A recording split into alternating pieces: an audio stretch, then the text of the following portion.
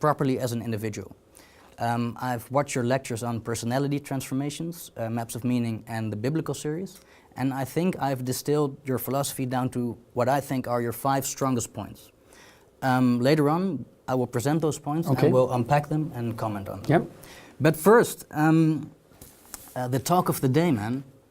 Your interview with Channel 4, Cathy Newman. I was watching this, and it was like a self-propelled train wreck. Just for half an hour, it just kept on going. It was quite fun. The memes that came out of it were really good. But I think yesterday or today, it took kind of a more joyless turn. But first, I want to ask you. We'll talk about the aftermath after. But first, how did you experience that interview? What happened there? What was going on there?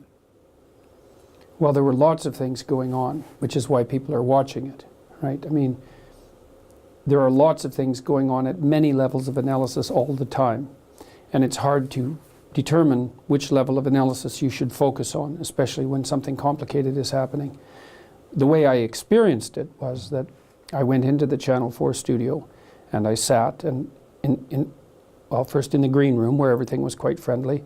Cathy was being made up in there, and so we had a pleasant interchange, I would say. And then I was brought into a room where the interview took place with the cameras, and we spoke for 2 or 3 minutes before the cameras rolled, and she was pleasant and engaging, distracted a bit, but it's exactly what you'd expect, right? She's got her mind on many things. But then the cameras went on, and she just was a completely different person instantly. And so that was interesting. You know, it was interesting to me that she had both of those approaches so instantaneously at her disposal, you know. And so, of course, the first thing that entered my mind was, well, my eyebrows went up, and I thought, okay, which of these 2 people is the real person, right? And then well, you could say she played devil's advocate. I suppose that's one way of thinking about it. She laid out a set of ideological presuppositions, 2 sets actually, her set and my set. And the set of ideological presuppositions that she laid out for my side of the argument bore very little resemblance to anything that I think or say. And so she would ask me a question, which wasn't really a question. It was a barb with bait on the end of it. And I would respond, and then she would tell me... So you're saying? Yeah, she would say what I said, except then what she would say had nothing to do with what I'd saying. She was actually... Quite little to do. She was fabricating on the fly the person that she hoped, the villain that she hoped I would be, and then insisting that that was me and that denying it was a lie. Essentially, that's what the interview was. So it's deeply insincere, because she was playing an ideological persona, and she wanted you to play one as well. Well, she wanted me to be the proper foil for that, you know, and was insistent, is the right word, that I abide by that particular decision. But there was more to the interview than that, because it was, I mean, I've had a lot of experience listening to people. Tens of thousands of hours of experience listening to people, because I'm a clinical psychologist and I've had an extensive practice, and I've dealt with every sort of person you could possibly imagine, and a very large number of people that you couldn't imagine no matter how long you tried. So I was watching her after the first minute like a clinician instead of like an interviewer, and I was really paying attention to what she was doing. And I truly don't believe that anything she said in that entire interview was true on its own.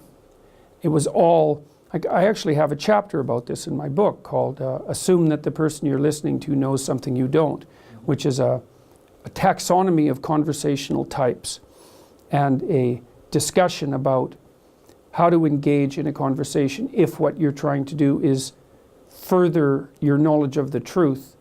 If both of you are trying to further your knowledge of the truth, which is a proper conversation, it's the highest form of conversation, not the only form. You could amuse each other too, that's a perfectly good form, or you can have a friendly spar, or you can play a primate dominance hierarchy game, which is very, very common, which is mostly what was happening in that interview.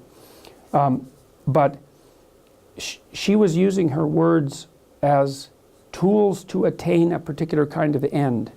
And I couldn't exactly figure out what the end was. Some of it would be to dominate the interviewee, especially if that's a person, then that would be contaminated with ideological correctness. You want to dominate your interviewee if you believe that they're wrong from an ideological perspective. And you want to do that, number one, to attain victory, and number two, to buttress your ideological points. Yeah. So there was that. Then there was some devil's advocate, I suppose, and maybe that's more forgivable, because you could say that she has a responsibility to do that as a journalist, which I don't believe, by the way. Yeah. Asking difficult questions and playing the devil's advocate are not the same thing, even though sometimes playing the devil's advocate is necessary.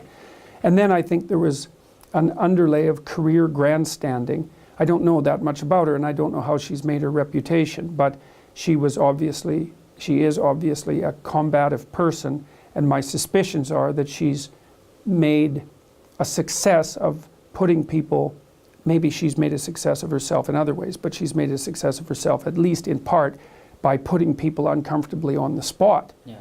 And so all those things were going on at the same time. And then, of course, underneath that is the fact that there was an ideological battle being played out. I would say a threefold ideological battle. There was the battle between her position, which was radically neo-Marxist, postmodernist, I would say.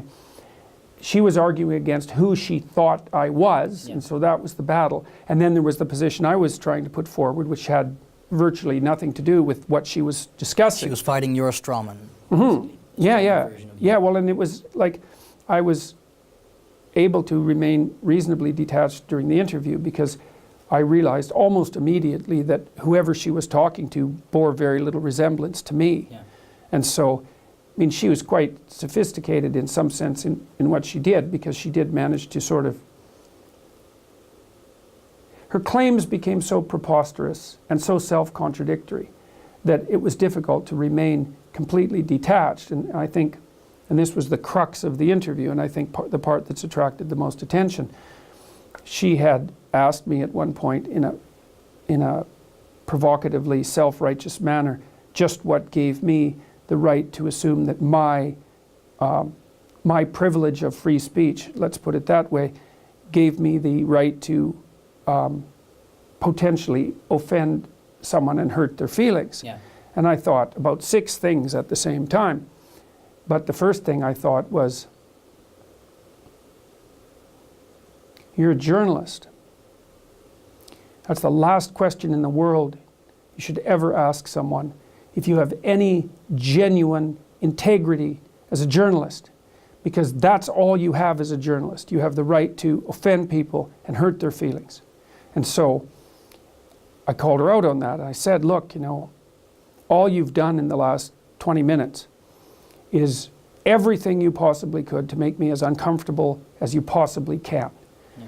And I said it in a way that I would say was designed to let her know that I knew exactly what she was doing. And then I suggested that that was actually okay, because she had every right to do that, but that she couldn't have it both ways. She couldn't make her living and her reputation using those tactics, let's say. And those are, for her, those weren't tactics of seeking the truth. They were almost purely tactics of domination, right, and one-upmanship. Yeah.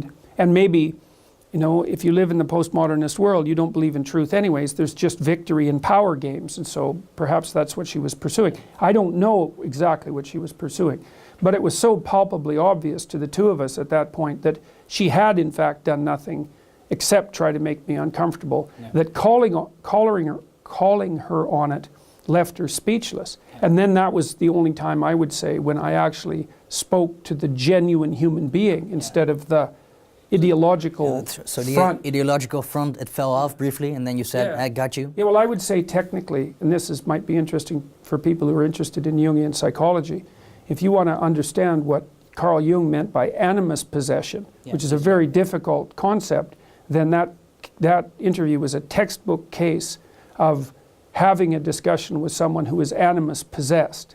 And I can't explain what that means because it's very complicated, but if you go and read Jung and you read about animus possession and you need a demonstration of it so that it that you get a sense of what it means, then that interview is exactly indicative of that. And I would say, as advice to people, maybe it's more like education. With anyone who is animus possessed, their goal is to engage you in the argument. If you engage in the argument on the terms they've defined, you lose. It doesn't matter whether you win or lose. Yeah. You lose as soon as you engage in the argument. And so what I did in the interview was just not engage in the argument. Yeah. So I wouldn't say I did that with 100% perfection. Yeah. One of my friends, a very smart guy, there was the scene, let's say, where she was taken aback. I said, "Ha, gotcha." And my friend said, "You know, maybe you could have played that differently there. Maybe you could have said, all right, so, you know, obviously you just thought about what I said, you know, and maybe we could actually have a real conversation about that." But, you know, I had become somewhat angry, a little bit, at that point, because she had violated the rules that make journalism possible by suggesting that I didn't have the right to make people uncomfortable with my speech. Like, she had broken a rule that she shouldn't have broken, in my estimation, and that made me angry. And so I said something that was designed to be witty, hopefully it was witty, and I thought that was a reasonable approach, and maybe it was. But it might have been better to have played it straight and said, look, okay, now we can get somewhere, you know, because we're actually talking now. Yeah, so you mean that after the "ha, got you," you would have taken control of the conversation? We could have actually had a conversation. Yeah. We didn't have a conversation. No. Well, it depends on what you mean by conversation. We had a kind of conversation, but what we actually had was a dominance hierarchy dispute. Yeah. Right. Yeah. With an ideological overlay. Yeah, definitely. So then, it went quite viral, actually. I think it unbelievable. got it was trending on YouTube. Yeah. It was number 7 trending on number YouTube. 7. Number 7, yeah, crazy. And some loose clips on Facebook also got hundreds, millions. Yeah, of views. no, definitely. Yeah. And then I know Derek Blackman in the US made a clip, and it got 750,000 views in like one day. Yeah. Then the memes came, and then a day later, it kind of took a joyless turn. Yeah, yesterday and today, right now. Yeah, well, it's amazing. Well, you see, so here's the strange thing, eh? So I kind of played, let's say, knight on white horse. And so The Guardian yesterday published a astoundingly reprehensible article. About your book? No, about the Channel 4 interview. No, they've done some nice interviews about my book. So they've been kind of all over the place with me, you know. But the Channel 4 people claim that Cathy has been targeted with threats, you know, a torrent of online abuse by internet trolls. Yeah. It's like 50,000 trolls, you know, that's a lot of trolls. You might start thinking maybe they're not all trolls, but in any case, overwhelmed by misogynistic abuse and threats, and that they had called in a security specialist to assess the level of threat. And so it was the beginning of the attempt to twist the story around so that the story became Cathy Newman, poor, embattled Channel 4 newscaster, was merely trying to do her job, even though she might have been a bit provocative, interviewed alt-right hero Dr. Jordan Peterson in an honest manner to expose his agenda, posted the results to YouTube, and was immediately mobbed by his army of internet trolls, right? So she went from, so my sense is she went from journalist playing a variety of complicated games to target of criticism online, to heroine, embattled heroine in the panoply of martyrs to whom similar things have happened in the past. And what's terrible about it, and I inadvertently, I would say, contributed to that, because when the Guardian story came out, I read it, and the story purported to be about the threats that she had received. But really the story, because the story opened with a description of me, and the description was, let's call it, far from flattering. Yeah. You know, it was the same old thing. Dr. Peterson, he's a provocateur, he's has an army of trolls. If anybody ever dares to challenge him, let's say, you know, all they're doing is honestly challenging. The trolls come out, and then they have to fear for their lives. And that was the story. That's the narrative now. The threats were just the prerequisite for the story. And then, yeah, like a dozen UK news media sources, the newspapers in particular, have picked this up. Some even more critical of me than that, some in a slightly more balanced fashion. But, and see, when the Guardian story broke, I tweeted something. I said, look, I've looked at the tweet or the YouTube comments, and most of them were merely criticism. But if you're threatening her, well, stop, you know, because we had an exchange of words, which is what we're supposed to do. I think this message to your followers was one of the most liked tweets you ever put out. Yeah, but here's the terrible thing about it. You know, what happened was that the fact that I tweeted that was instantly used as validation for the claim that there were threats. And that was just, that's what happened. And see, it's weird because when I wrote that, I thought, there's part of me that thought that might happen. There was a little warning bell that went off that said, look, you know, there's no evidence that these threats are credible. And if you respond by asking people to back off, you're also implying that there are people who should back off, that this is real. And I thought, no, I'm going to do it anyways, because she has been targeted. She has been subject to a very large number of very vitriolic comments. And maybe that's enough. And so, you know, it's okay to come out and say that's enough. But the thing is, it wasn't okay, because as soon as I did it, then the fact that I did it was used as proof that all of these claims were valid. And that just floored me. Like, I was very distraught, I think is the right word about that this morning, because I didn't see that coming. But were there threats against her? Have you seen them? Define threat. Threats of violence? There's no threats that were sufficient to get the police involved. So what they see, the Guardian was very vague about what the threats were and how and who these security people were. They were vague about that. But the implication was that the threats were serious enough so that security people needed to be called in to advise. Okay, well, the narrative is clarified a little bit in the last day. Now they just said, well, they had security consultants come in to look at the threats. Well, so then you think, well, is that because they're actually concerned about the threats? Or is that because they want to spin off a story about how the threats are so severe that they had to call in security consultants? And like, I have a strong, so let's say it's 10% the former and 90% the latter, which is what I would estimate. And so, but it doesn't matter now because the narrative has already been twisted around. Now, I don't know if that's going to,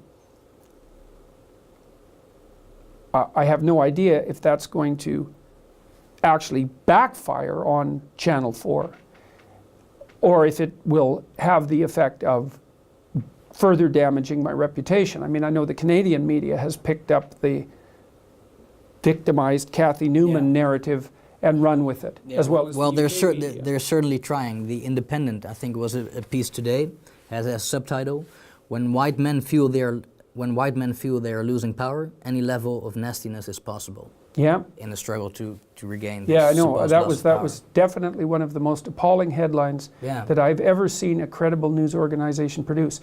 And they see, one of the things I pointed out in my book in 12 Rules for Life is that as a clinician, talking to many hundreds of people for many thousands of hours and watching how things unfold in their life from the earliest stages of their childhood memories to their current state of life and into the future. One thing I have learned is that no one ever gets away with anything. And so this reporter has made a kind of statement, a kind of provocative statement, and he or she doesn't understand that there will be consequences of that. And perhaps not the sort of consequences that the author will tie back to that statement, but that's a statement that you only make if you are very historically ignorant or very incautious, or if there's a very dark part of you hoping things will go very wrong very soon. And I would say that there's a reasonable possibility that things are going to go very wrong very soon. For whom? For all of us. for all of us. None of what's happening in this polarized atmosphere is amusing to me. What happened, see, even with the Channel 4 interview, you know, and maybe I was a bit self-congratulatory, let's say, when I made my sort of satirical gotcha statement. I'm not, and then I would say you could read what happened with Channel 4 as a victory for me and as a loss for Cathy. Now, depends on what she was aiming at. If she was aiming at 3 million views on YouTube in 2 days, then it's not a loss. You know, and for me, it's like, well, my book went up to number 2 on Amazon.com in the US the next day, right? It's number 1 in Canada. It's number 3 in the UK, all on Amazon. I couldn't have asked for more publicity, right? No. And so I could also be sitting back and saying, well, you know, she tried to, a person who regarded herself as my ideological opponent tried to go after my philosophy and my reputation on national TV, failed brutally, and has been taken apart for it. It's like, this is a good day, but I don't regard it as a good day. I don't think it's a good day. As what do you regard it? I think that it's evidence of the instability of the times that we're in. It would have been much better for me and for everyone else if what we would have had was a real conversation. So it's not good. Yeah. It's not good. And I asked Cathy in a variety of different ways now if she would sit down and have an actual conversation, because the right way for this to end is not for me to declare victory, because I don't regard it as a victory. I mean, I'm not saying that I would have liked to have the tables turned. I'm not saying that I would have been happy with a loss, yeah. But what happened in there was not an optimized victory. What we need to do, what would be best, is if she would sit down with me for about an hour. On camera as well? On camera, where we could actually have a discussion. Like, I would like to ask her something, for example. I've been trying to puzzle this out. I saw a picture of her today that was a tweet. It was a tweet by one of her friends, and they said that the tweet was something like, we're amusing ourselves watching the Twitter comments while waiting for the police investigation. Okay, and then there's a picture of Cathy holding a tablet, you know, looking shocked in a very pleased way, I think is the right way of, and you see, that's kind of what I'm worried about, is that she is shocked in a rather pleased way. Was this the police investigation into the threats to her? Presumably, it wasn't clear, but presumably. Yeah. But I think she removed those tweets. She did remove them, but it's hard to remove things from Twitter. Yeah.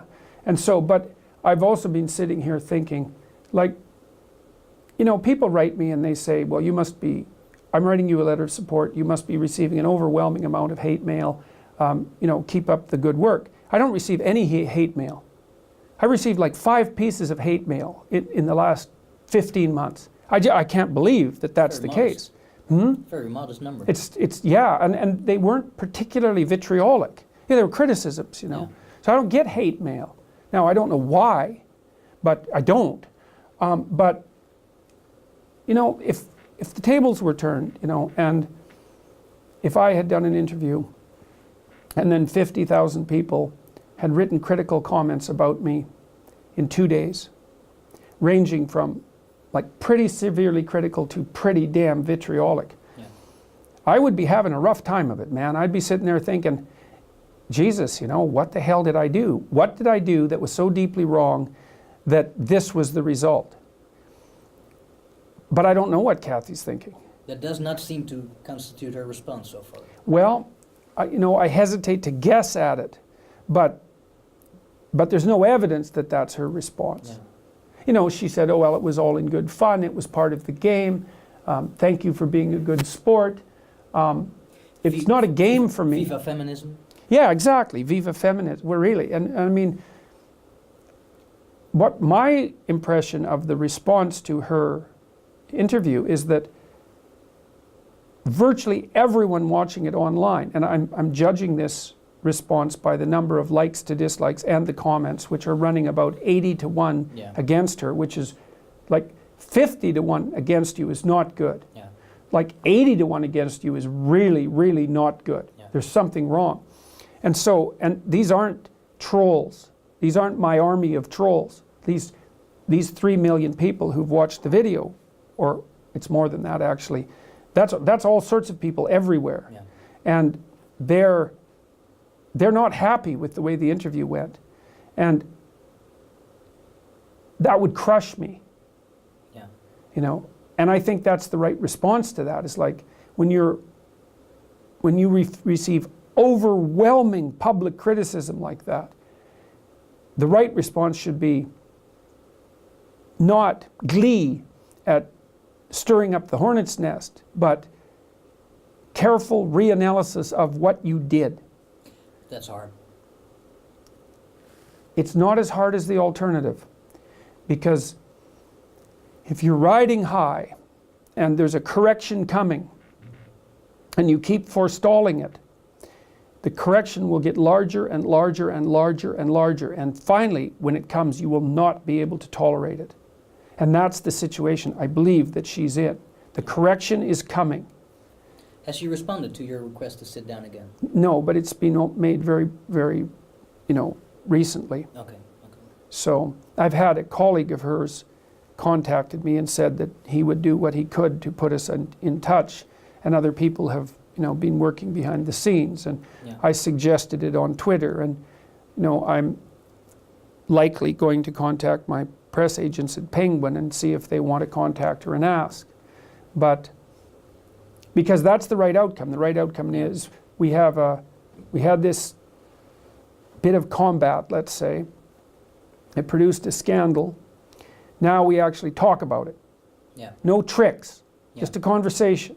And then everybody wins, right? Because I can admit whatever mistakes I made, she can admit whatever mistakes she made. We can drop the persona, Yeah. which is what she had. Yeah, It was an definitely. animus-possessed persona, technically speaking. She could drop that. We could actually have a discussion. Yeah. Like, I would open the discussion by asking her why she was taken aback when I asked her about her treatment of me in the interview. Yeah. And people have also been spinning that as my claims to have been victimized in the interview. So, which is another sign of how pathological the discourse has become. Yeah. Because pointing out what's happening and claiming some kind of victim status are by no means the same thing. Yeah.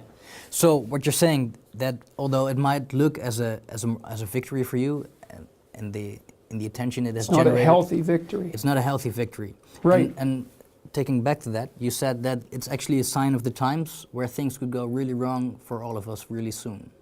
Yeah, we're playing with fire. Yeah, what do you mean by this? Can you elaborate? Well, things go wrong in cultures all the time, right? You get the polarization increases until people start to act it out. I mean, I'll give you an example.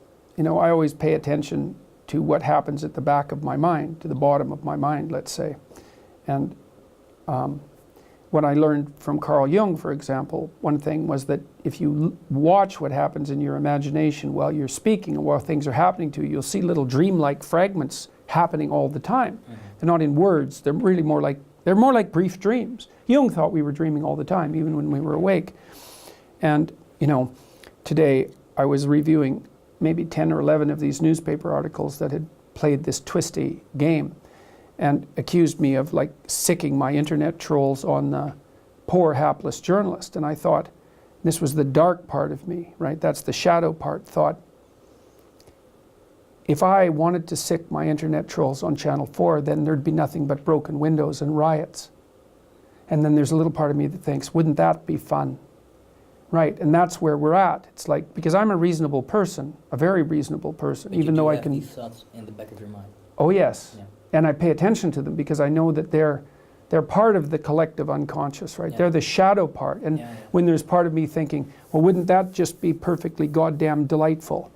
Then there's lots of people who are not only thinking that way sometimes, but thinking that way all the time, and they're just waiting for that to be the proper response. You see this with the Antifa violence in the United States and with the Charlottesville thing as well.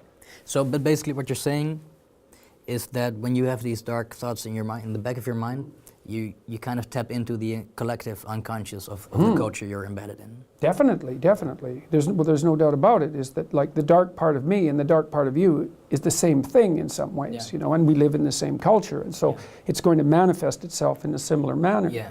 So you're saying the polarization that we're seeing right now, that we are speaking out, it's not, in the future we will act out that polarization. Well, if we keep accelerating it, Yeah. especially if we keep accelerating it with lies, Yeah. you know, and this whole Channel 4 rat's nest is like 90% lies, Yeah. maybe more. Yeah. And you know, a lot of it's ideologically motivated lies, but it doesn't matter. It's still lies. Like Cathy, as I said, there was virtually nothing she said in that interview that was actually coming from her, like a deep part of her, It was the all soul of her. All persona. It was all persona. It was all persona, and all use of words in a expedient manner as tools to Yeah. obtain, I think, probably status, dominant status, and reputation. Yeah. So this is kind of the part where I want to go to the next part of this talk, because when people know you from your, well, it's not actually activism, but your stand against postmodernism and identity. My politics. refusal to Yeah. abide by the dictates of compelled speech. Yeah. Right. That's what most people know you from. But what fewer people know is your philosophy on how to be in the world properly as an individual. And I think that Yeah, I don't know which people know more about. I I think- mean, I would say that the typical person, like there's people who live in the old media world, Exactly, and there's people yeah. who live in the new media world, and the people who live in the old media world, they Yeah. know me for that. Yeah, But the people yeah. who live in the new media world, I wouldn't say that's Yeah. the case for. that's a good point. I was referring to the people in the old. Yeah, world. okay. Yeah, yeah. Well, it's weird that we have to make that distinction, but it's necessary because we're It's in the very time where those necessary. distinctions Yeah. are the case. Yeah. So the thing is, my view on this is, if you implement your philosophy on how to be in the world, you become less susceptible to ideological possession, which is Well, that's the hope. yeah, which is kind of the meta importance of that part of your work, I think. As I told you, I've watched most of your lectures, and Yeah. I've tried to distill it back to 5 points, which Yeah. in my view are the 5 strongest points. I will list them now Sure. in summary, and then we'll unpack them more. Yeah, well, you nailed one of them right away. It's like, I mean, I have my conscious goal since learning what I've learned, which I would say occurred back in the mid to late 80s, you know, when I learned the basic principles that I've been elaborating upon over the last 30 years or so. Once I learned those, then the hope was that sharing that knowledge would make people immune to ideological Yeah. possession. Yeah. That was the goal, yeah. I think this is one of your closing remarks in Maps of Meaning. You say that the problem to society's ills is the integrity of the individual. Yeah. Okay, so I'm going to list the 5 points. Fine. now. Yeah. So, point 1, the absolute centrality of the archetypical hero's myth. Point 2, your main instrument during this hero's narrative is the logos. Point 3, the way to be in the world is to orient yourself towards the highest possible good you can conceive of, because it's not as if you have anything better to do. 4, make the right sacrifices to walk with God. And in this sentence, the concept of God as a judgmental father is an articulation of the discovery of being able to bargain with the future. And 5, minimize your persona, cultivate your essence, and live in its closest possible proximity. No, that's, you know, think these for a distillation into Yeah. 5, that's pretty good. Yeah. So, first, let's start with the first point, the centrality of the archetypical hero's myth. What is the archetypical hero's myth? What makes it archetypical? And what is a hero? Could you elaborate on this? Well, imagine that you have a problem, and then imagine that you want a solution. And imagine that there's a particular solution to that particular problem. But then imagine that you have what you might describe as a bigger problem, and that's not the problem. It's the fact that you have problems, because that's the real problem. The real problem is the fact that you have problems. And then you might say, well, you don't want a solution to our problem. You want a solution to the fact that you have problems. And so it's a leap of abstraction, right? So then you might say, well, is there a way of conceptualizing the set of all problems that's universal. And I think there is. I mean, that's what religious stories try to do. And they do it using dramatic means, because the problem is so complex, so that's the meta problem. It's so complex that we don't really know how to formulate it. But that's what we're struggling towards. So it's like, well, what's the problem of life? Something like that. Well, you could say that the problem of life, and I outlined this quite carefully in 12 Rules for Life. The problem of life is this. We're finite and mortal. That's problem number one. So the first problem is that life is essentially tragic. It's little us against infinity. Yeah. And we lose. And not only do we lose, but we lose in a manner that produces a substantial amount of suffering, and sometimes an unbearable amount. So it's a big problem. So that's problem number one. Problem number two is that that's not the worst problem. The worst problem is that that's true, plus malevolence exists in the world, evil exists in the world, and makes that first problem even worse than it would have to be. And that's universally true for everyone all the time. That's archetypal. So when you formulate a situation archetypally, you speak about it in a manner that's eternally true. So there's lots of ways that you and I differ, but there's many ways that we're the same. And so that would be what constitutes our essential humanity, let's say. And what makes us the same is that, like you, I'm mortal, and my life is finite, and my existence is characterized by suffering, and I have to contend with the fact of malevolence in the world. And it's the terribly destructive character of the natural world. It's the tyrannical element of the social world, and it's the adversarial element of myself and every other individual. Yeah. So that's the malevolent element. Yeah.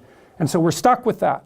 Okay, fine. That's the archetypal formulation of the problem. You could say that's the mythic landscape, right? And it's something like good and evil in a world of chaos and order. It's something like that. Yeah. It's very interesting. You know, there are games online that have that as their basic structure, right? The game developers have figured this out. So that's pretty interesting. Okay, so then the question is, well, how do you comport yourself in a landscape of chaos and order, and when the game is good versus evil, something like that? Well, then that's where the idea of the archetypal hero emerges. And the archetypal hero is the person whose eyes are open and whose speech is true, and who faces both the chaos of the unknown and the tyranny of the known and balances them, right? And then you think, well, and that's the antidote to the problem. That's the meta solution to the meta problem. And it's something like in a more straightforward form, and this is something that I spoke about because I was speaking in Holland here in the Netherlands 2 nights ago about European and Dutch identity and how to solve, let's say, the conundrums that are associated with a multicultural world and immigration. And my suggestion was, well, it's a very complex problem. There isn't a solution. But the solution to a very complex problem is you should be a better person than you are, because then you'd be better at solving complex problems. And lots of them are coming your way. So bloody well get your act together. And that's what I've been telling people. But more than that, because it's more than that, because that's merely burdening people with excess responsibility, let's say, so that can be a crushing message. You're not who you could be. You know, get your bloody act together. You're whining away in the corner, and you're no good to yourself and anyone else. You know, it's harsh. But then there's another element to that, which is there's way more to you than you think you are, and that you have something necessary and vital to contribute to the world. And if you don't contribute it, then things will happen that aren't good, and that's terrible for you and everyone else. So it's not only that you need to do this because it's your responsibility, but you need to understand that there isn't anything better that you could do for yourself or for anyone else. Yeah. And people are dying to hear that message. Yeah. So that resonates with young men. Especially. Yeah, well, it's so amazing. Like I'm in this very weird situation right now, to say the least. It's surreal. My life has been surreal for a long time. It's like being in a Delhi painting. You know, I continually can't believe it. And I mean continually, you know. Does feel that psychedelic to you? Oh yeah, it's completely, well, it's so strange, you know, like when I got to England, for example, to London, my wife and I were staying at this little Airbnb, and we went out to get some groceries, and so I walked into the grocery store. We were only out for about an hour, and somebody recognized me in the grocery store and came up and said, look, I was in a kind of desperate situation, and I was feeling pretty nihilistic and depressed, and I really wasn't paying attention to my life, and I was watching your videos, and thank you, it's really helped me straighten myself out. It's like, oh hell, hey, great. And so then I went into the electronics store next door, and some guy came up to me and he said exactly the same thing. And so wherever I go now, people come up to me, so they're just, I wouldn't call them random strangers, but you know what I mean. They are, and they say, they have their own personal take on it, because they usually tell me in which particular way they were feeling nihilistic and vengeful and saddened and unable to pull themselves together. But it's the same thing. And then, when I did this talk, I did 3 talks in London, and we started with one theater of 300 people, which was Penguin UK was hoping that we'd do a credible job and sell some tickets, and I could talk to about the book, and it sold out instantly. And then it said that they told me that it sold out faster than any event they'd ever hosted. And it's so they put up another one with 1,000 people, and it sold out right away. And then they put up another one with 1,000 people, and it sold out right away. And so then I went and talked to these, at these venues, and people are overwhelmingly welcoming. It's crazy. And then afterwards, 500 people line up, and they all say the same thing. I've been watching your videos. It's really helped me out. It's like, how could you not feel that your life was surreal when that's happening? I can imagine. I think what's happening, I see this online and in the memes and kind of in the meme culture around you. I think what's happening essentially is that the hero's myth resonates so strongly with young men. It's kind of it's a basic narrative. You descend into the underworld. You go where you least want to look. Because you rescue your father. Because in filth it will be found. Exactly. And so that which you most need is to be found where you least want to look. It's a King Arthur theme. That's right. It's the whole theme of the Holy Grail. That's exactly right. Well, so there's a little story that goes along with that. So King Arthur and his knights are all sitting around a round table, which implies that they're of equal stature, essentially.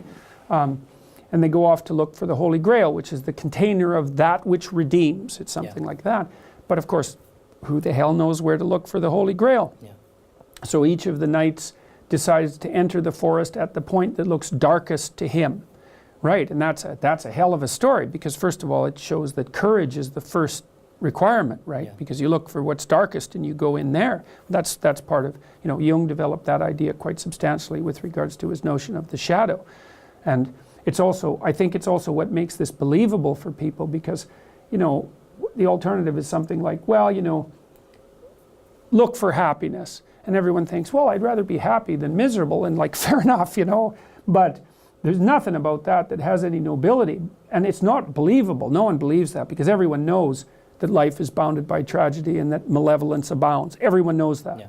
So, and you say, so there's that terrible dark dyad of tragedy and evil, and you wave the little flag of happiness in front of it. It's like, no one believes that will work.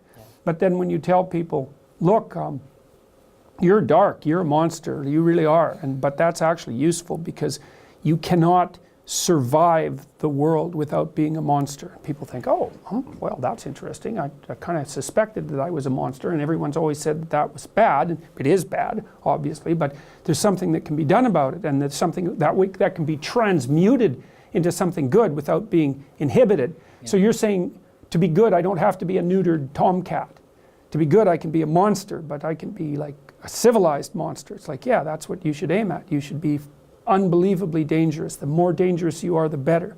And then you should control that. Because that's your doctrine on what constitutes morality, right? It's contained capacity for malevolence. For mayhem. For mayhem. Absolutely. And I learned this partly from Jung, but also partly from Nietzsche. And of course, Jung learned it partly from Nietzsche, because Nietzsche pointed out that most of what passes for morality is just obedient cowardice. So I'm an obedient coward. Well, no one wants to think that. So they say, well, no, I'm not an obedient coward. I'm a good person because I don't break any rules. It's like, no, you're not. You're an obedient coward, and you're too afraid to break the rules. That doesn't make you good. It also accounts for why the dark hero, the anti-hero, is so popular in cinematic representations in particular, because people go and watch the mafia hitmen and guys like that, and they, there's a dark part of them that thinks, wow, those guys are really cool.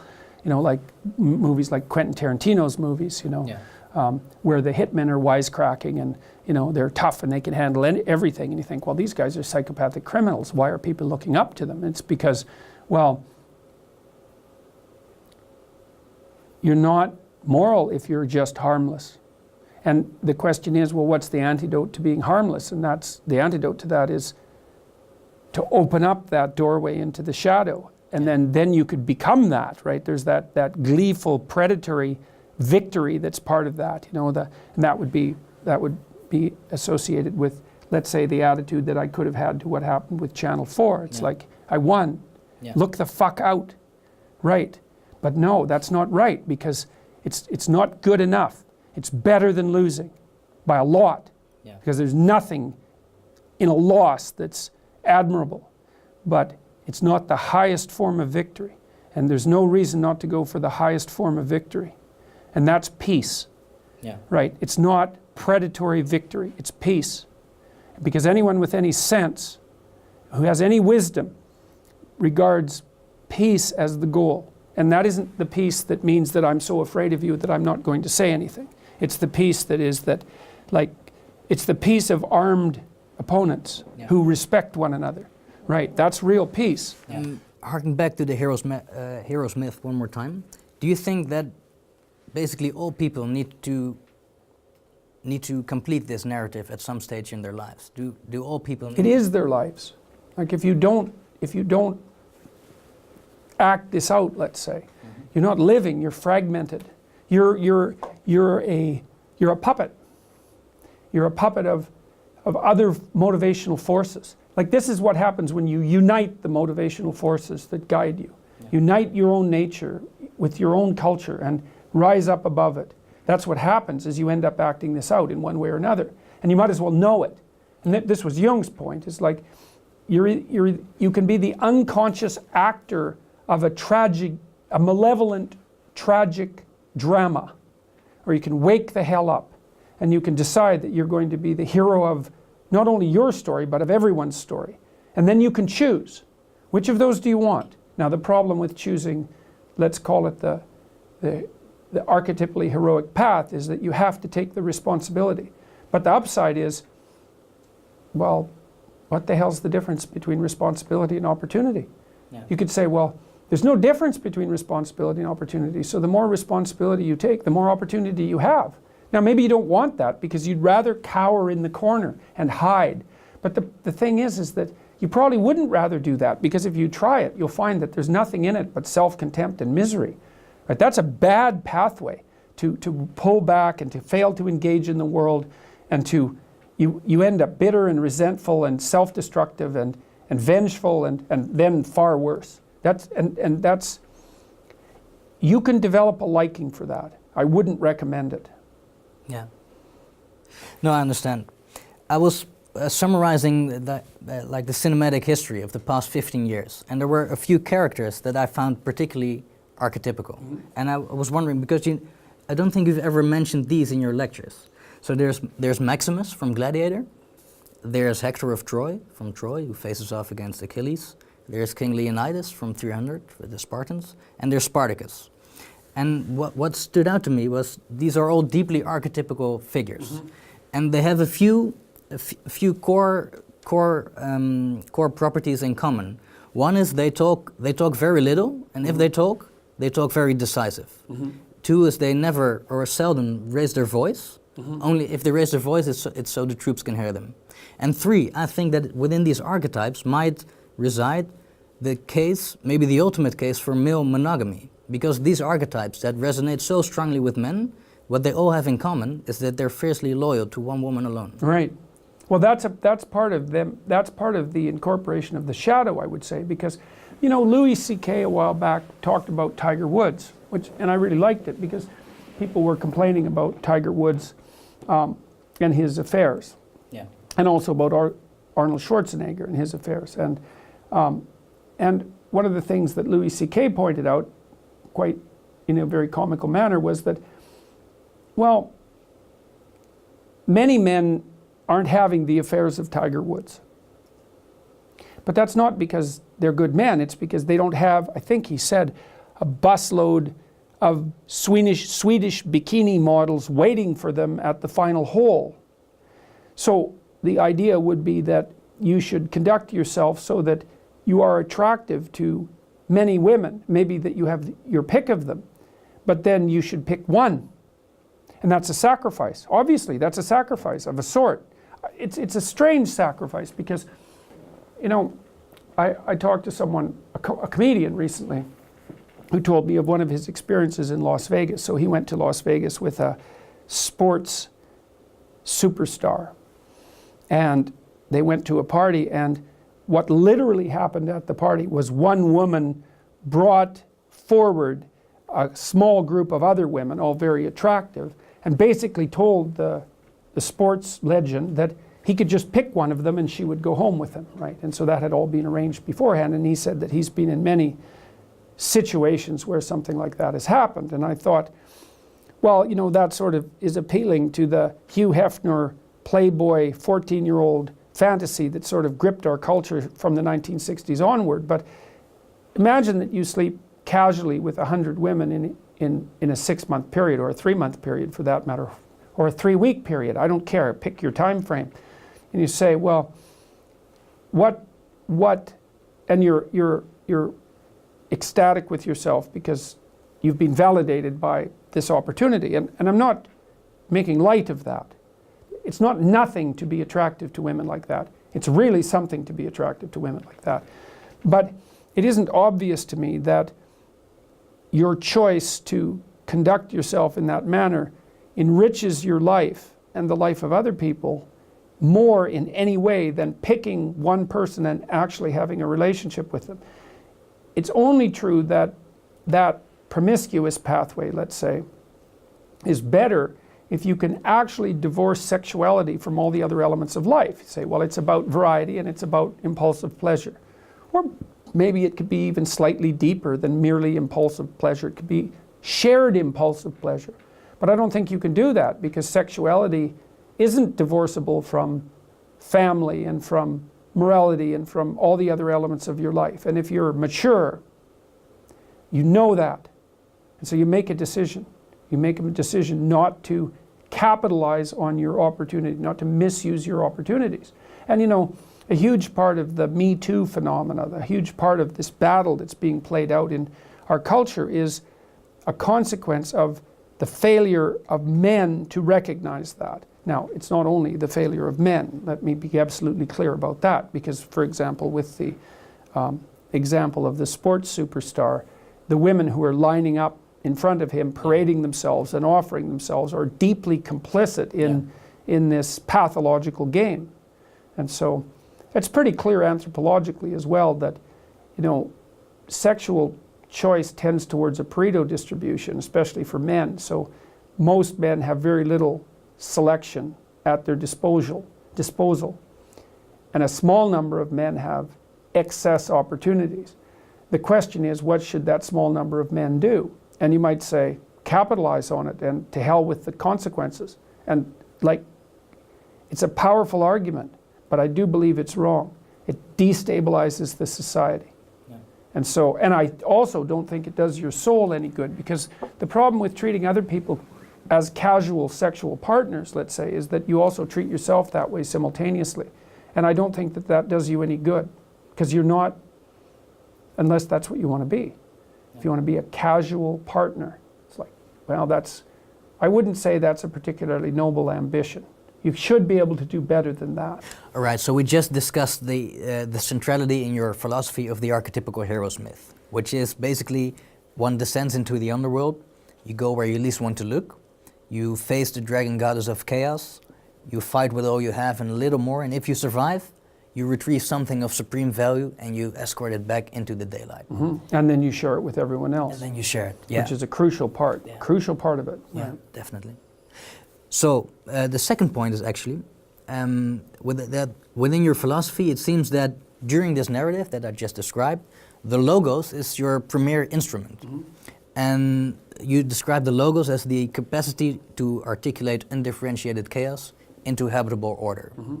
Into the habitable order that is good. Yeah, that Right, is good. right, Yeah. which is like an elaboration that I kind of figured out last year when I was doing the biblical lectures, right?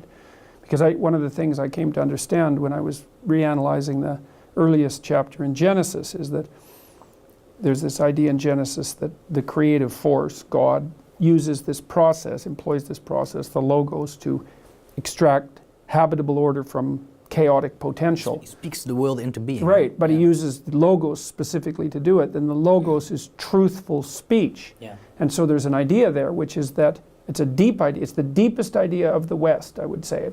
And it's the deepest religious idea. So, but I think I don't know if it's been articulated best in the West, but I would say you could make a case for that. But in any case, the idea is that there's a way to bring order into being that makes the order good, and that's to bring it into being by spoken truth. So you can extract new being out of potential by lying. But That's then, not good. No, it's hellish. Yeah. It's hellish. So it's order, but hellish order, tyrannical order. Yeah. Right, it's tyrannical order, generally speaking. Well, and we know that to be the case. Yeah. It's not like this is some metaphysical speculation. If you read Solzhenitsyn, for example, or Viktor Frankl, people like that, who've deeply meditated on the relationship between malevolence and tyranny, I mean, they just lay it out clearly. Yeah. In a true tyranny, everyone lies about everything all the time. Yeah. And that's why it's hell. Yeah. And that's exactly right. Because exactly right. You said that in the Soviet Union, in Eastern Germany, 1 in 3 people was a government informer. Informer, yeah, that's right. That's insane. It's the very definition of social pathology. Yeah. Because, well, if you can't say what you think, then you don't know who you are. You can't live. Yeah. You have to live as a crippled person, a self-crippling person. It's like you're taking a sledgehammer to your shins. You know, it's you and everyone else, and it's brutal and murderous and. Yeah. One of the things that's so profound about the concept of the logos, because you refer to Genesis, but actually it's older. It's Babylonian, right? It's from the Enuma Elish. Well, it's older. It's even older than that, right? I mean, it's as old. It's as old as humanity itself, in some sense. I would say it's the central process by which human beings flourish in the world. Yeah. So yeah, it's as old as higher consciousness is. It's something like that. Yeah. So. And you've also stated that actually that Western legal systems are predicated on the notion that people possess the logos. That's what it looks like to me, yeah. I mean, well, because the individual has sovereignty in the West. We have a rule here, a meta rule, which is that the individual is not above the rules. It's not that. It's that the rules encounter a boundary where they hit the individual. So that even if you're a murderer, even if everyone knows you did it, say, you still have to be treated with the dignity that you would grant to someone who possesses the capacity to conquer chaos and revitalize tyrannical order. Yeah.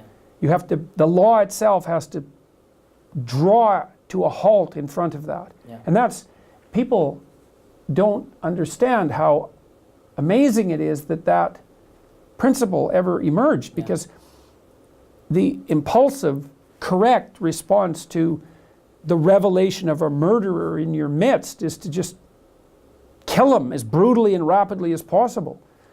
And you think, well, why not? He deserves it. It's like, well, you could make a case that he deserves it. I mean, you can make a strong case for that, especially if you happen to be the relative of the victim, let's say. Yeah. But that's not the point. The point is that there's something even deeper at stake that's real. And I believe that respect for that logos, let's say, which is something that's a co-creator of being and also something that is possessed of free will, those are the ideas. That without that respect, you cannot establish a harmonious relationship with yourself because you don't know who you are. You cannot establish a real friendship or intimate relationship with anyone else. You can't be a good parent. You can't take your place in your local community, and you can't be a productive useful citizen. If It's you all of that. if you're not in touch with your Yeah, logos, exactly. It's the principle. When your relationships are working, whether they're with yourself or with one or many people, if they're working to the degree that they're guided by that principle. Well, it's simple in some ways. It's like, well, you and I want to get along, let's say. Well, the first question, the last question even is, well, do we trust each other? And we test each other out constantly. It's like, well, maybe I want to see if I can rely on you a little bit. So I tell you something that's a little rough, something I need a little help with maybe, or I reveal something about myself. Then I watch. And then maybe you have some sense and you listen. Then you reveal something about yourself that's about the same magnitude. Then we sit and think, okay, that went all right. That exchange was fair. And then maybe I think, okay, well, let's just push this a little bit farther. So I lay another card on the table and you do the same. And it's like, well, soon we find out that there's reciprocity, so we're tracking the exchanges, and that we can each be relied upon. It's like, great, well, I can rely on you. Well, good, now we can go off and try something difficult together. And that binds us together even more tightly. Well, every relationship is like that. But is this the logos you're referring to? Because in my understanding, the logos is just the capacity to articulate chaos into order. But that's what we're doing when we're mediating in the space between us. That's what we're doing in this conversation. So the space between us, well, we just met. Right. So there's a chaotic potential here. Yeah. And we can articulate this into... Yeah, the potential is that we just met. Yeah. Right? It's like, you don't know me, I don't know you. So what's going to come of this? Yeah. Well, many potential things. Well, and we're having this conversation that's going to be watched by many people.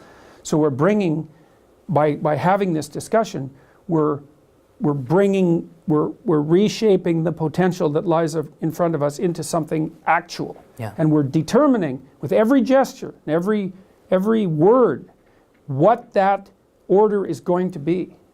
And you're doing that all the time with people. And one of the things that's really struck me is that people know this. And I talk to people, I say, well, your parents are going to say to you, people who love you will say, you're not living up to your potential.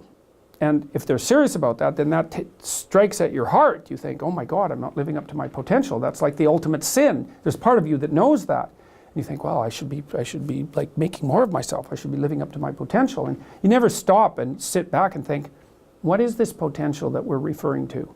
What do we mean by that potential? And what sort of reality does it have? Well, it's only potential. What sort of reality does it have? It has no reality. It's only potential. Well, it's a weird, what would you call it? It's not even a category. Well, maybe it's a category. Maybe that's the best I can do on the spur of the moment. We all act as if potential is real and that it can be transformed by our choices. Yeah. So when people say to me, hey, you're not living up to your potential, they're actually saying you're not articulating order from chaos. Yes. As you could. Yes, or the corollary is that you're also not standing up to tyranny, like, you're not recasting tyrannical order like you should be. Yeah. It's both of those. Yeah. So there's chaos on the one side and tyrannical order on the other. Yeah, exactly. And the logos mediates between them. Yes, and so sometimes, and you see this in the story of Christ quite clearly, because first, especially in the extended version, let's say, where Christ is also the logos that exists at the beginning of time, it's like, well, that's the word that brings forth order from chaos, but the incarnate Christ, let's say, the logos made flesh, that's a way of looking at it, has a social revolutionary element to him. So he's standing up constantly against the Pharisees and the lawyers, right, the forces of tyranny.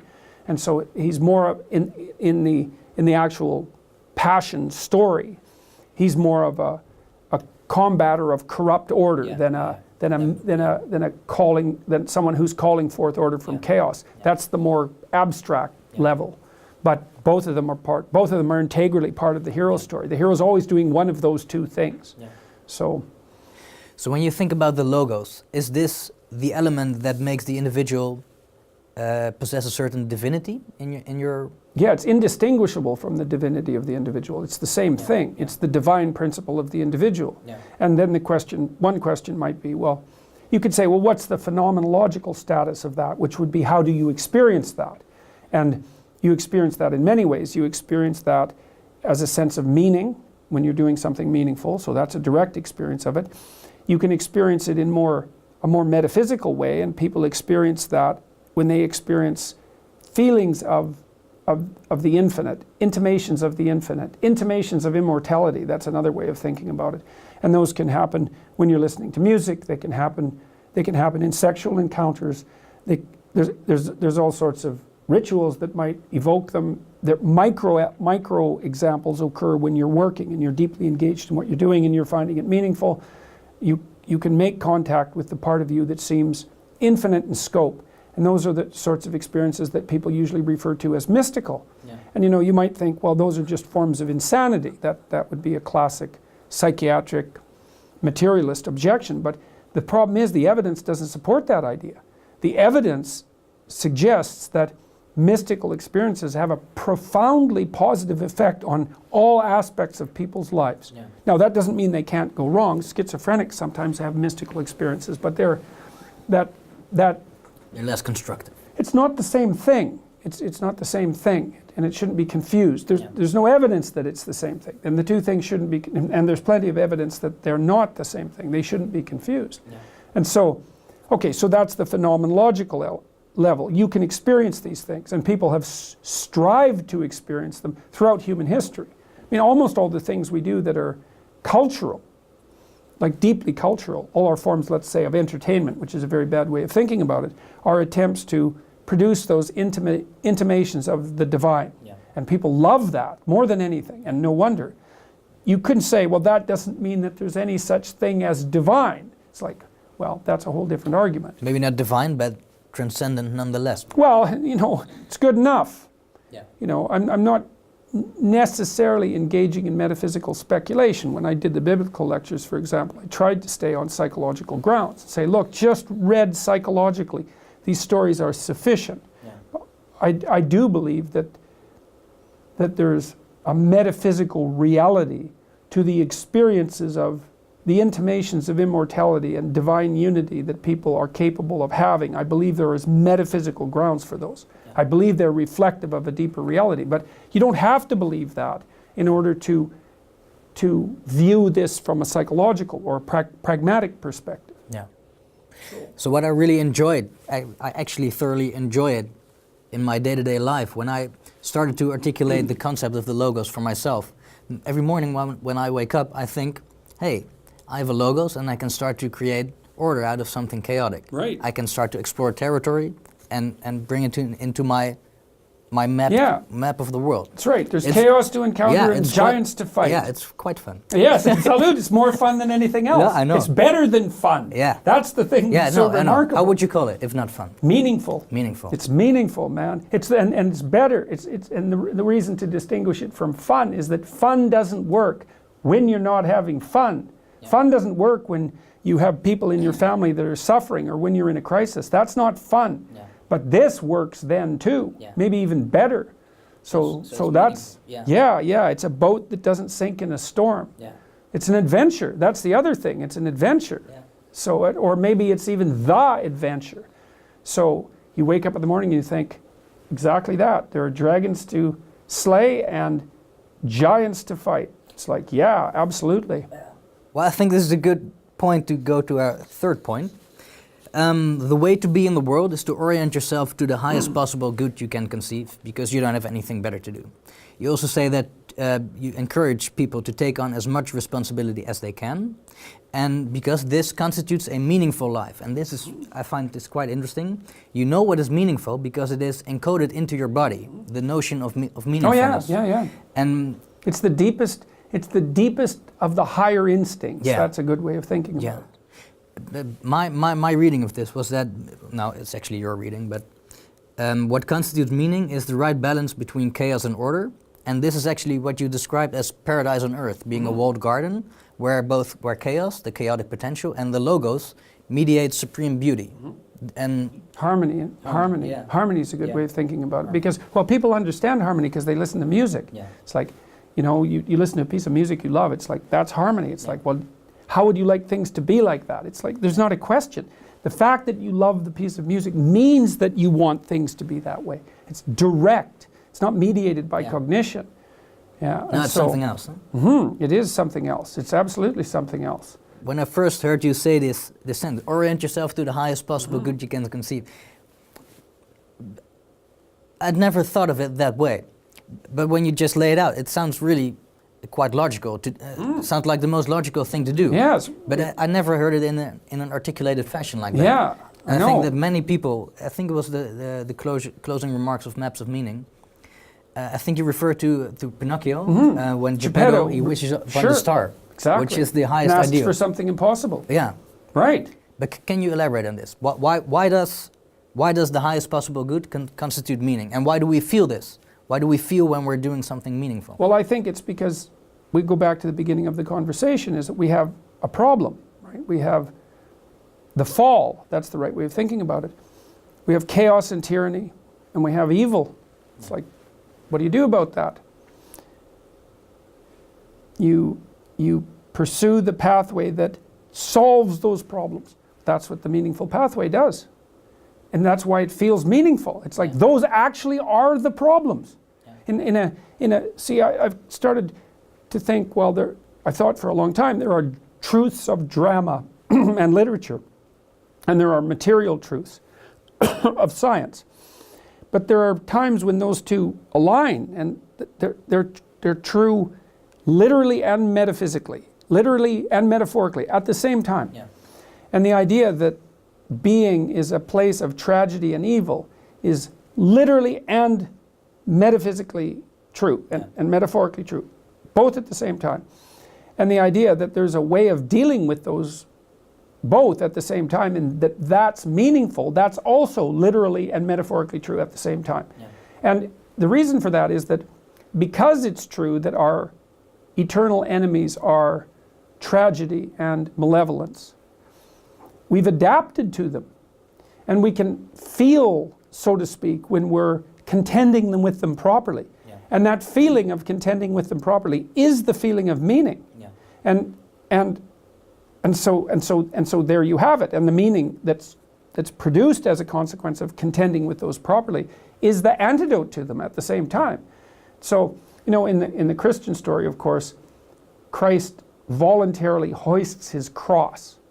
Okay, so that means a lot of things at the same time. I mean, first of all, it's actually a heavy physical object.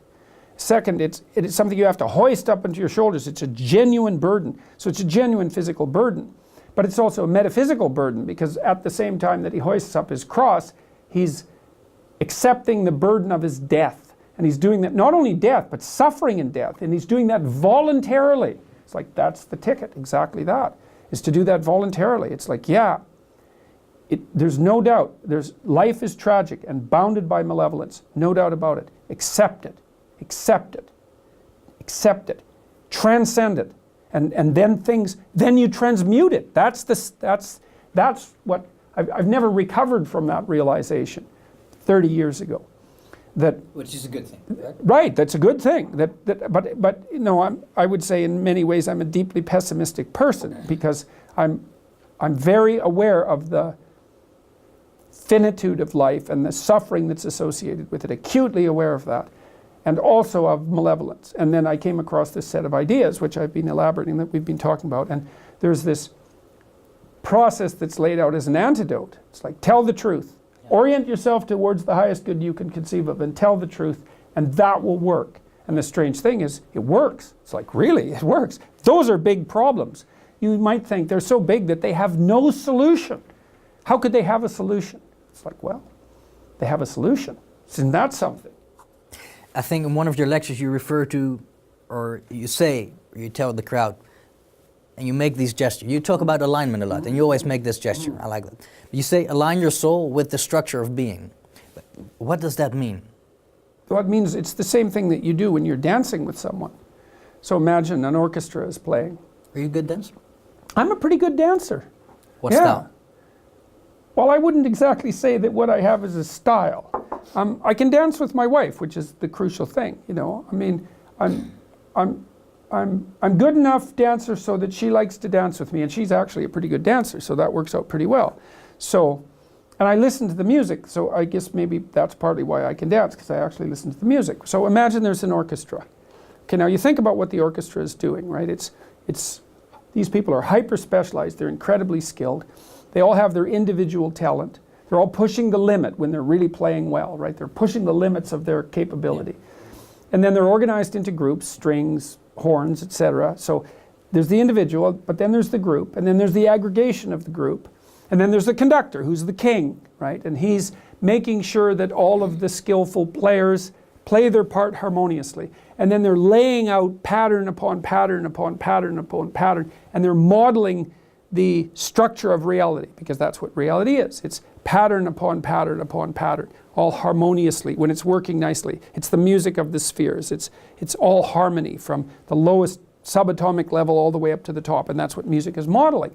And then there's society, that's all the dancers, and they're all weaving in and out of each other's territory smoothly and without conflict, because they're paying attention. Yeah. And so that's society dancing to the tune that the king is conducting for the orchestra of being, right? And then there's the dyad, the two people, and they're paying attention to each other and matching their bodies to one another and delighting in the stacked harmony. Well, that's perfect, and people find that extremely enjoyable. It's because they're acting out the proper mode of being. They're dramatizing it.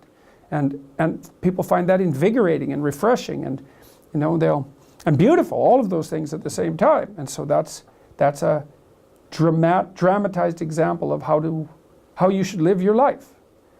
And I mean should, I don't mean you should live your life this way. It's not that. It's that if you want to make things better and not worse, then that's the pathway. That's what I mean by should. It's not follow the rules, God damn it. I mean, there's some of that, because without the rules, we can't coexist and you can't become disciplined. But it isn't follow the rules. Your 12 goddamn rules for life. Right, yeah, exactly. Yeah, exactly, yeah. No, okay. I understand what you're saying, but it still doesn't quite answer my question. Okay. What does it mean to align your soul with the structure of being? Because this sentence, yes, okay. It fascinated me, but I still cannot articulate in a concrete way what it means. It has to do with speaking the truth when facing chaos. Yeah, because it's partly because, you see, this is something I would really like people to take away from 12 Rules of Life. It's like, there's a chapter in there called Do What Is Meaningful, Not What Is Expedient, and it lays out two pathways and it's so interesting, because I would say that what happened in the Channel 4 interview was that I was trying to use my speech in a meaningful manner. And I'm not saying that I have no lingering elements of expediency, I'm not saying that, but I was trying to utilize my speech in a meaningful manner. I wasn't trying to manipulate the conversation. I didn't have a plan for the interview. Yeah. I didn't think, I'm going to go on here and sell 1 million books. There's no plan. The plan was to go and have a talk. That's it. Yeah. And to let whatever happened happen. Well, so the thing about telling the truth that's so adventurous is that you let go of what you want. And you replace it with a hypothesis. It's the hypothesis of faith. And the hypothesis is, it doesn't matter what I want, because I don't know even what I should want. Instead, I can say, I'm going to make a claim, and a philosophical claim, that if I tell the truth as carefully as I can, then whatever happens is the best that could have possibly happened in that situation, no matter how it looks. Yeah. Right. And that's profound. Well, but it's adventurous. That's the thing that's so fun about it. And I think this is also why it's not merely you should bow down to the rules, because that's sort of a slave mentality in some sense, right? And I mean, you have to be a slave to things. You have to be disciplined. So I'm not denying the utility of following the rules, but telling the truth is much more dynamic than that, because you don't know what's going to happen. Yeah. And you don't care. Or maybe to put it more precisely, as I said, you assume that whatever happens is the right thing. Yeah.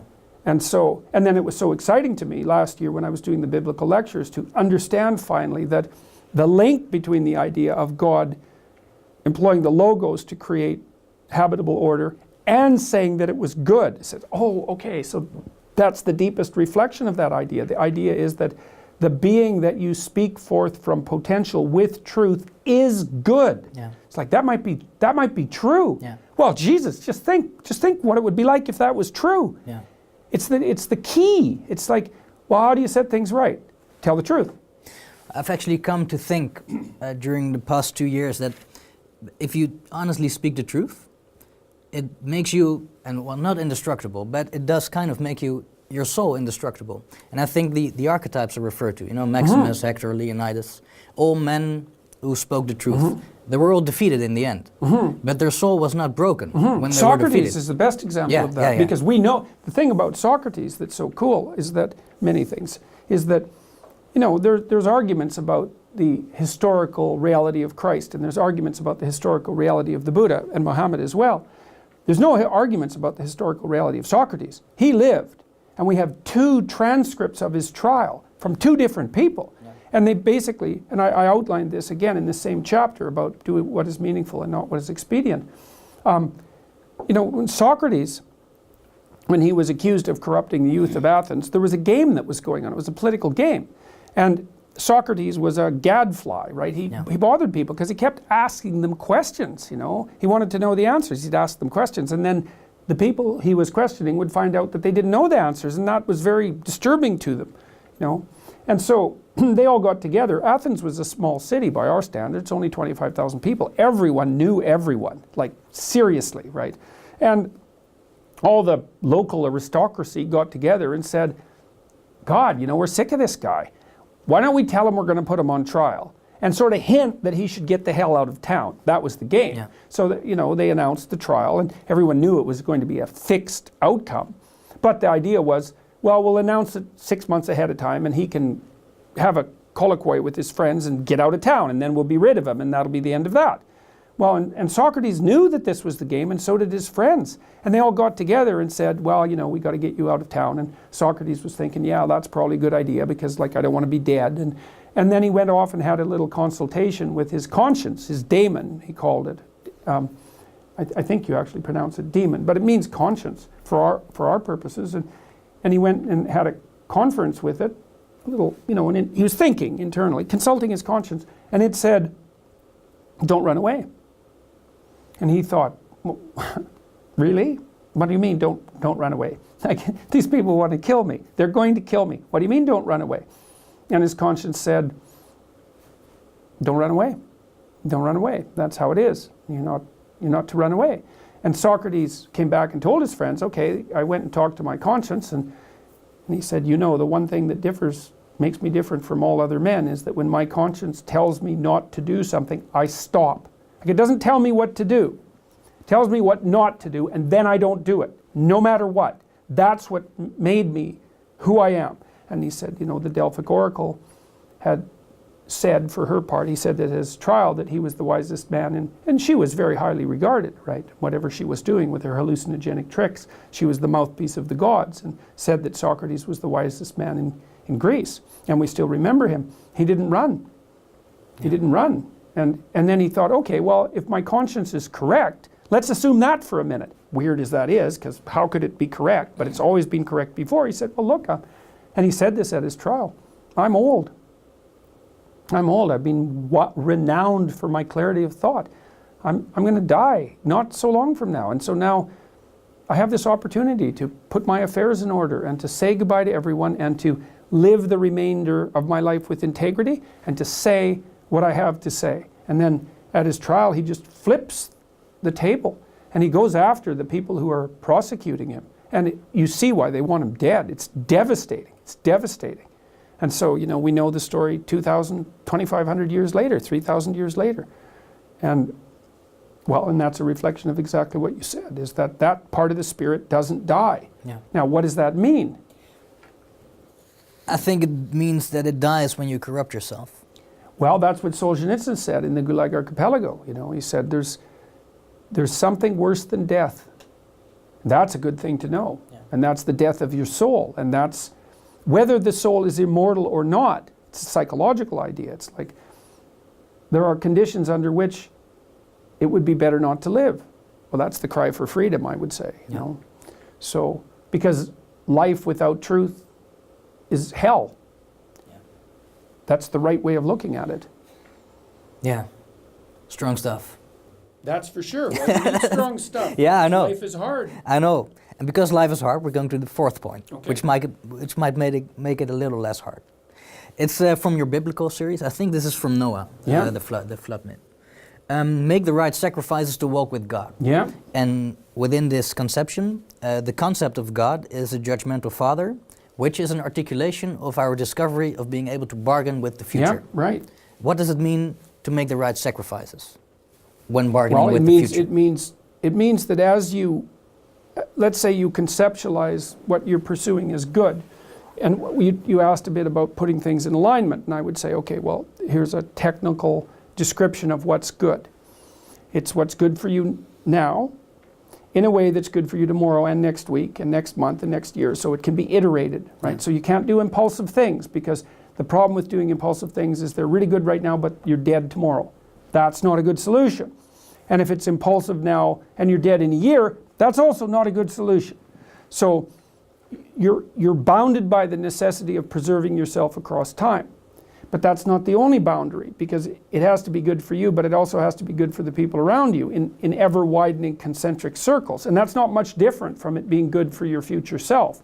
So it's a very constrained set of procedures.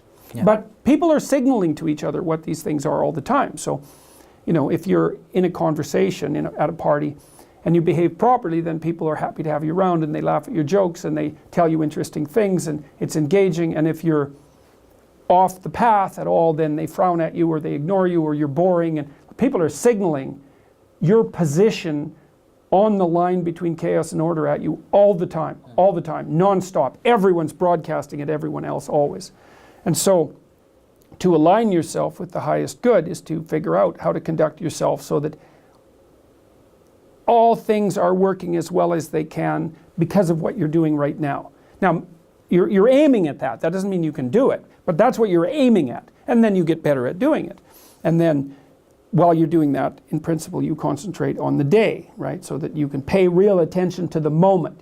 Orient yourself properly so you're looking in the right direction, you're aiming at the right thing, and then concentrate locally. That's what the Sermon on the Mount, that's the message of the Sermon on the Mount, by the way. So now you have to remind me of the initial question was, what does it mean to make the right sacrifices? Right. Okay. So now let's say you're aiming at what you're aiming at. You're walking towards it, Yeah. right? Well, you may find that there are things that you're doing that you just have to stop doing. And for example, when I was writing Maps of Meaning, I was going out and partying a lot. 3 times a week. Yeah. When I particularly liked alcohol, and I think it had something to do with my proclivity towards depression. But if I had a couple of drinks, that just disappeared. So, I came from a pretty hard drinking childhood culture, you know. Where I grew up, and I smoked and as well, and especially when I was drinking, and that was fine. I was pretty immune to hangovers when I was young, but as I got older, that wasn't so much the case. But more than that, when I was working on Maps of Meaning, it was it was really stretching me, like to the limits of my tolerance. And lots of times when I was rewriting and thinking, it was so stressful that if I was hungover, I just couldn't tolerate it. But worse than that, I couldn't think clearly, not as clearly as I had to. When you were hungover. Yeah, exactly, Yeah. exactly. It was like, especially if I had, maybe I'd taken a paragraph and written it 15 times or 20 times trying to get it right. Well, now I had to write it the 21st time, but it was already almost as good as I could make it. And so if I wasn't in tip-top shape when I was looking at it, Yeah. and I edited it, I'd make it worse. So I had to make a choice. It was like, well, you want to make this better, or do you want to keep going out 3 times a week? Because you can't do both. It's like, okay, well, enough of that. Yeah. So I stopped doing that. And there's lots of things I stopped doing because they were incommensurate with the goal. And that's a sacrifice, Yeah. and you make the sacrifices necessary to there's no difference between making sacrifices and transforming. It's the same thing. So you think, well, this is what I want. Okay, well, if that's what you want, then you can't also have this. Yeah. Make your choice. Okay, I'll give that up. Well, does that please God? Well, that's the archetypal way of thinking about it. Well, you'll find out. Yeah. What you also say in your flood myth lectures is that the flood is kind of a metaphor for natural atrophy. Yeah, So things sure, things fall apart. Things decay. Yeah. But by making the right sacrifice, you can build the ark to withstand the decay right. around you. Well, I really experienced that this year. So in a synchronous way, you know, while I was lecturing about Noah, you know, I was in this intense political controversy, and I mean, I've been in a situation for 15 months now where if I say anything wrong, I'm done. And no, I've said things that were more wrong than they might have been. It skirted that edge, you know. So I've been hyper vigilant about what I've been saying and what I've been doing for this extended period of time, with real catastrophe lurking as a consequence of making an error. Well, luckily, during that time, especially when it was really intense at the beginning, it's not so threatening now as it was, even though it's still very strange and intense. You know, I was very fortunate because my parents were at my house when all this broke, and my wife and my kids are around. They're adults, and we were sorted out. Yeah. You know, like, I have a good relationship with my father. We've straightened it out. I have a good relationship with my mom. I trust them both. They tell me the truth. They're on my side. Same with my wife. Same with my kids. And then I have a circle of friends outside that are people. Same thing. Our relationship is solid. We tell each other what we think. And so I had people who were supporting me, helping me figure out when I was making mistakes, telling me when they thought what I was doing was working and when it wasn't. We were analyzing this very carefully. And it was maximally stressful, you know. Yeah. But there wasn't additional stress because of unresolved issues in the family, you know. Yeah. And that was good, because like 3 or 4 additional pieces of stress, I would have started to make mistakes and the whole bloody thing would have spiraled down. So let's say that the outside conditions, they were tragedy, but there was no malevolence within your own structure, so you could handle it. It was restricted to the degree that goodwill had restricted it over about a 25-year period. You know, so you never say none, because there's always a snake in the garden, you know, but it was as good as we could make it with our honest attempts to do so. Yeah. And that was good enough. And then, you know, when I read about Noah, it was a story that I hadn't delved into as deeply as I had into some of the earlier stories in Genesis. There's one line that says that Noah was perfect in his generations. And I thought, I don't know what the hell that means. So I went and looked up, because every biblical phrase, you know, has comments on it from centuries of commentators. So you can really dig into these and figure out what they mean. And, you know, basically what it meant was that because he was a good man, he had structured his family in a manner that was healthy, you know, and sustaining. And so then when all hell broke loose, the ark was there and ready. And that's a lesson. It's like, you're going to hit things in your life. Like my daughter, for example, was very, very ill, and horribly ill for a long time, deathly ill and suffering terribly. She was on high doses of opiates for 2 years. She was basically walking around on 2 broken legs. And that was only one of the things that was bothering her. You know, so she was in agony. It just about broke her at one point. And so we were completely distraught by this ongoing catastrophe, you know. And had there been any additional trouble between my wife and I, or between my daughter and I, or between my son and I, like, God only knows what would have happened, you know, because we barely squeaked through that, but we did get through it. Yeah. You know, and I told her one thing, for example, which is apropos in this world of victimization. I said, look, kid, she was about 8. I said, you're in real trouble, man. You're in real trouble. It's like, here, you have these terrible physical illnesses, and there's something worse, is that you're going to be tempted to use your illness as an excuse to not engage in life. And it's going to be hard for you to tell when you can't do something because you're sick, and when it would just be convenient of you to use your illness as an excuse for not doing it. I said, look, if you ever do that, you'll not only be sick physically, you'll be sick spiritually, and then you're done. That'll be worse. And to her credit, her great credit, she listened, and she didn't ever play victim. Thank God. How old was she when you told her this particular particular probably lesson? 8. Yeah, well, the chips were down already. Yeah. She was about that old too, if I remember correctly, when I taught her how to give her own injections, you know, and that was, so she had to use this chemical that was basically... Painkiller injections? No, it was Oh, an okay. anti-cancer. It was a chemotherapy agent. She didn't have cancer, okay. but it was a chemotherapy agent. And, you know, we could have administered it to her. She had to do it, I think, 3 times a day. And, you know, part of our theory was, well, we want to give her as much control over her fate as possible, you know. And so when she was about 8, I sat her down. She was pretty motivated by money. She's an evil little capitalist. And I sat her down. I said, look, kid, here's your needle. See if you can do this, give your own injection. I said, I'll pay you $50. You sit there and you see if you can do it. If you can do it, I'll give you $50. She sat there like on the steps for 45 minutes trying to do it. It's quite harsh to watch. She was 8 years old at the time? Yeah, and she did it. And she said, I did it. I said, here's your money, kid. And so the next time she had to do it, I said, it's $50 again, but you only got 15 minutes. So she did it. I paid her, and then it was like, you got 5 minutes, and then you got 30 seconds, then you got 5 seconds, because like, what do you want her to sit there and torture herself with the needle for half an hour? It's like, get it over with. And she got so she could do it immediately, and I paid her, I think we paid her $10 for every time she gave herself an injection, pretty much for then on, you know. But, well, you know, there was no choice. She was either gonna climb on top of that goddamn illness, or it was gonna do her in. She recovered? Yeah. Not only did she recover, she figured out what was wrong, and she fixed it. And then she fixed me. So, How? diet changes. Both Tammy and I, my wife, we have autoimmune problems. I mean, hers are one sort. My wife has celiac disease, and mine are of another sort, which is not quite specified, but seems to be associated with kind of an inflammation-caused depression that runs in my family. But Michaela, my daughter, seemed to get both of them.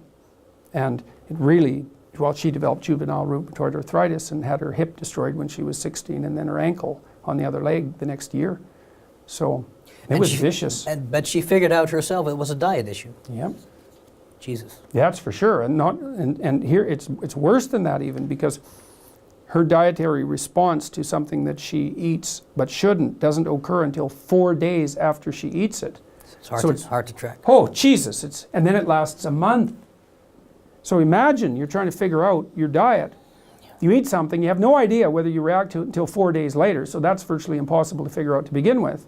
And then if you make a mistake, you're screwed for a month. And so that means that, you know, 3 weeks into the month, you might eat something that you don't even know you shouldn't eat, and then it's another month. Yeah. You don't even know. So it's a miracle she figured it out. It does sound miraculous for her to have articulated order into this chaotic mode. Yeah, it is. It's unbelievable. I mean, it's really, she was sleeping 18 hours a day. She could only stay awake using Ritalin. Like, she was seriously depressed, like terribly depressed. Yeah. And that was actually, I asked her at one point,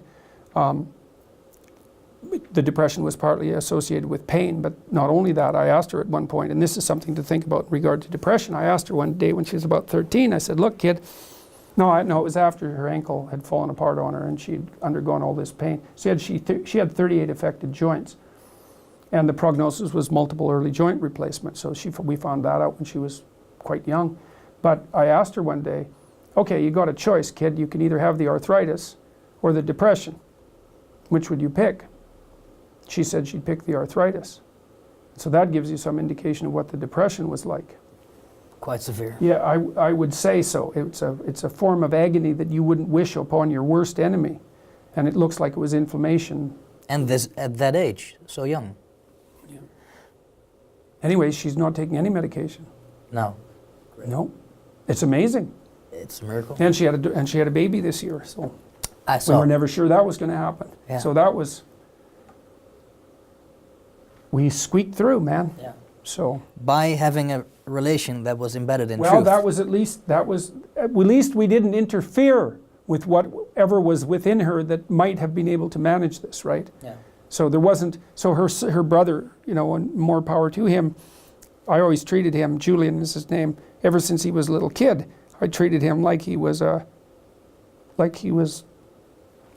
what would you say? Capable of wisdom. And when he was little, I used to ask him, you know, hard questions, and ask him about how we should structure things in the household. Ask him about how chores should be distributed. Bring him into the conversation. And he was always very judicious, very diplomatic, and very mature. And right from the time he was a little kid, I never played any games with him. And any tricks on him, you know. Well, never. I did my best not to. And you know, when he was about 14, which is sort of prime troublemaking time, and he certainly had the temperament for it, he was a bloody rock, you know. He was perfect. He helped his sister. He stayed around the house. He didn't cause any extra trouble, or if he did, he kept it private and didn't involve us in it.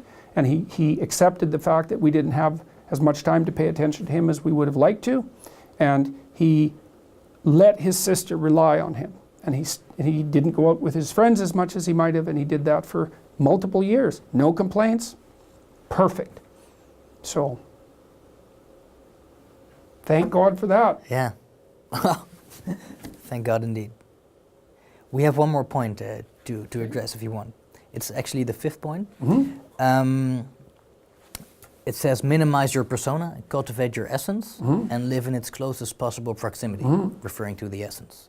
I think there's one lecture of you on existentialism and authenticity, and this is a theme throughout Maps of Meaning, especially the Pinocchio series. Could you elaborate on that? What is a persona? What is an essence? Persona is like a suit of, it's like a suit. I mean, a business suit. A business suit is the expression of a persona. So when you go into a bank and you see the teller and the teller's in a suit, you really interact with the suit in some sense. Yeah. Because you don't want to hear about the tragedy of the teller's life.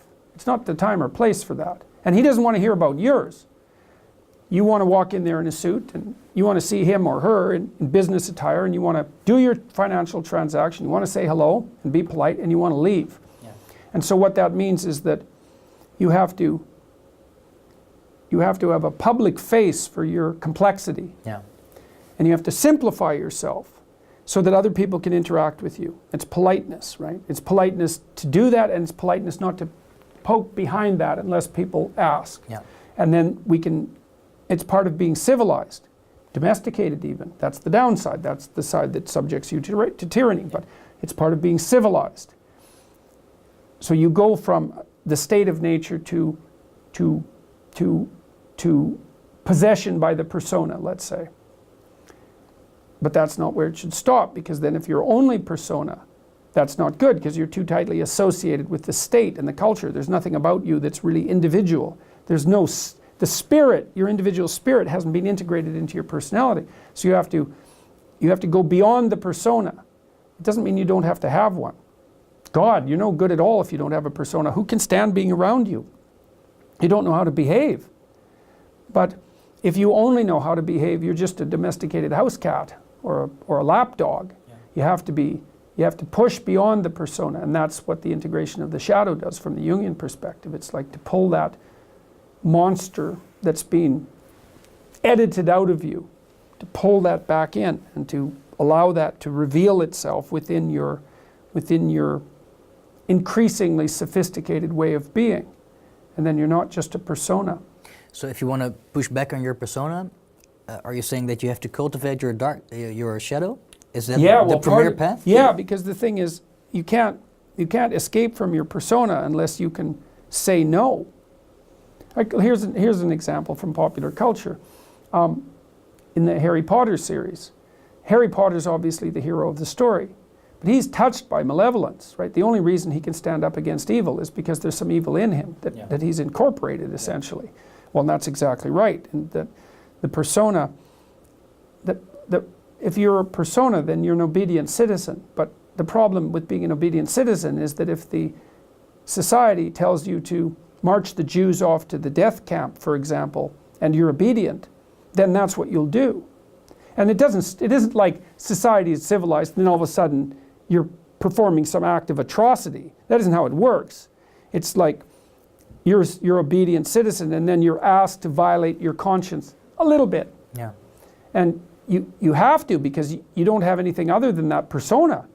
And that's obedience. And so a little more obedience is demanded and you say, okay, well, and then you're a little bent, because the society is becoming a little bent, and then you're a little weaker.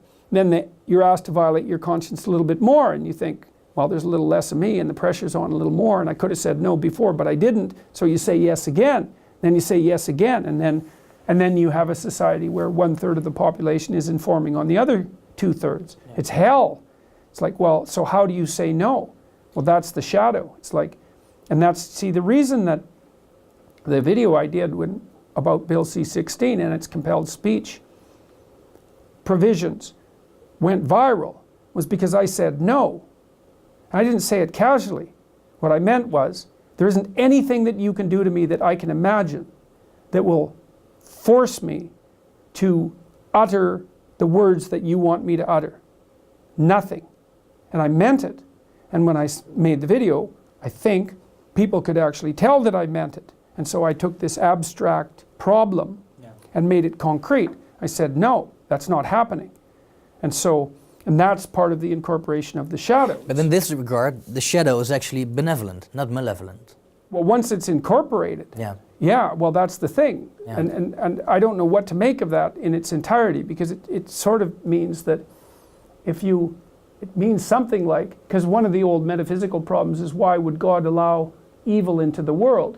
I think, well, maybe God didn't allow evil into the world. Maybe God allowed the possibility of evil into the world. That's different. And maybe the world with the possibility of evil is actually a better world than the world without the possibility of evil. It's something like that, in that maybe a man is better when he's a dangerous man who's being good than he would be if he was just a good man who wasn't capable of being dangerous. And I believe that, because the best men that I've ever met are very dangerous men. Yeah. You don't mess with them. Yeah. So, and you know that as soon as you meet them.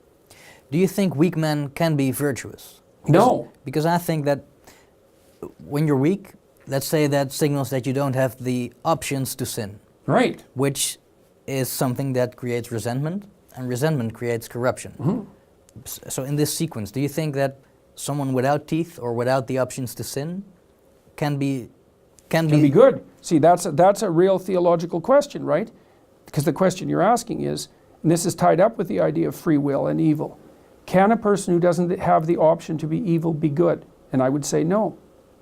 So maybe that's the reason that, metaphysically speaking, and I don't know where you are when you're speaking metaphysically exactly, but the question of why is there evil in the world is a constant question. It's like, it's possible that without the possibility of evil, there cannot be good.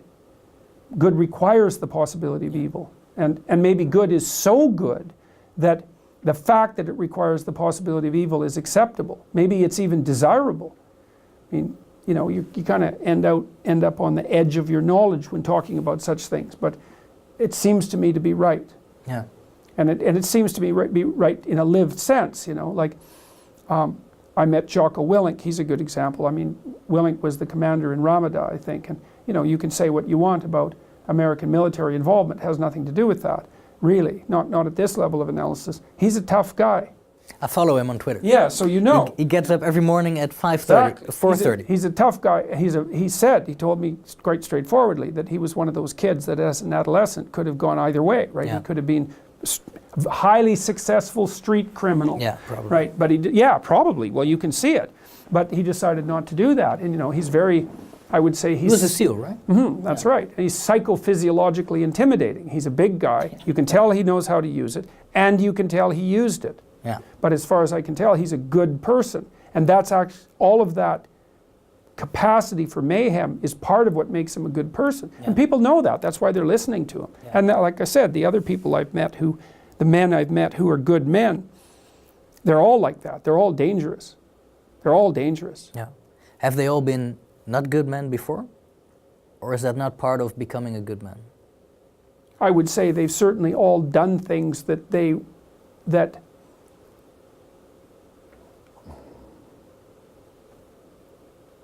well, adolescents break rules, right? And healthy adolescents break rules. And so then the question is, well, how extreme does the rule breaking become?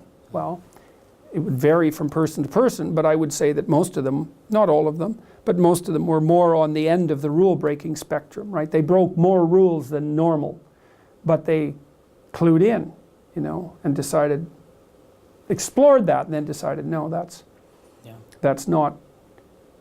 better than cowardice. Yeah. It's better than weakness, but it's not as good as what's good. Yeah. So if you follow this doctrine, actually the people that are accusing you of instantiating like toxic masculinity, well, let's say that it's true that you're promoting male strength. If you follow masculine this strength. well, It's important because I'm also promoting it in women. Yeah. You know, like my daughter's a good example, man. She's tough. You don't mess with her. She'll cut you apart. Yeah, I believe you. Maybe it was wrongly phrased. Then. No, it's okay. No, but the thing, what I'm trying to get is that when you're telling people to empower themselves.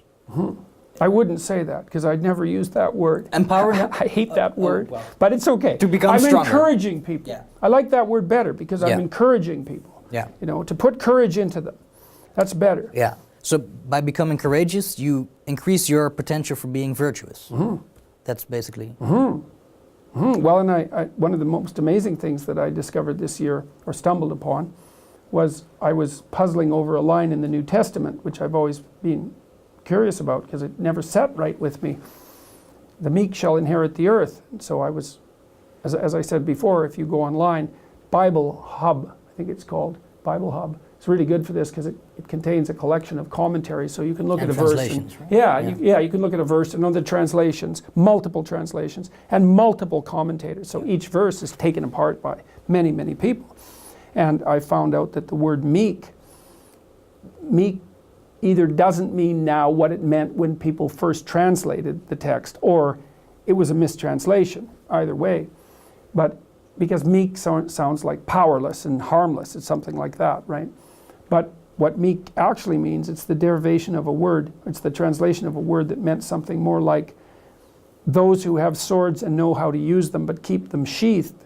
I thought, oh yes, that's exactly it. The world, those who have swords and know how to use them but choose to keep them sheathed will inherit the world. It's like, yes, exactly right, exactly right. Much different than the idea of Quite meek. different, quite different. I think this is a good point and a good note to close this off. I agree. Thank you very much. My pleasure. Nice talking with you. Same.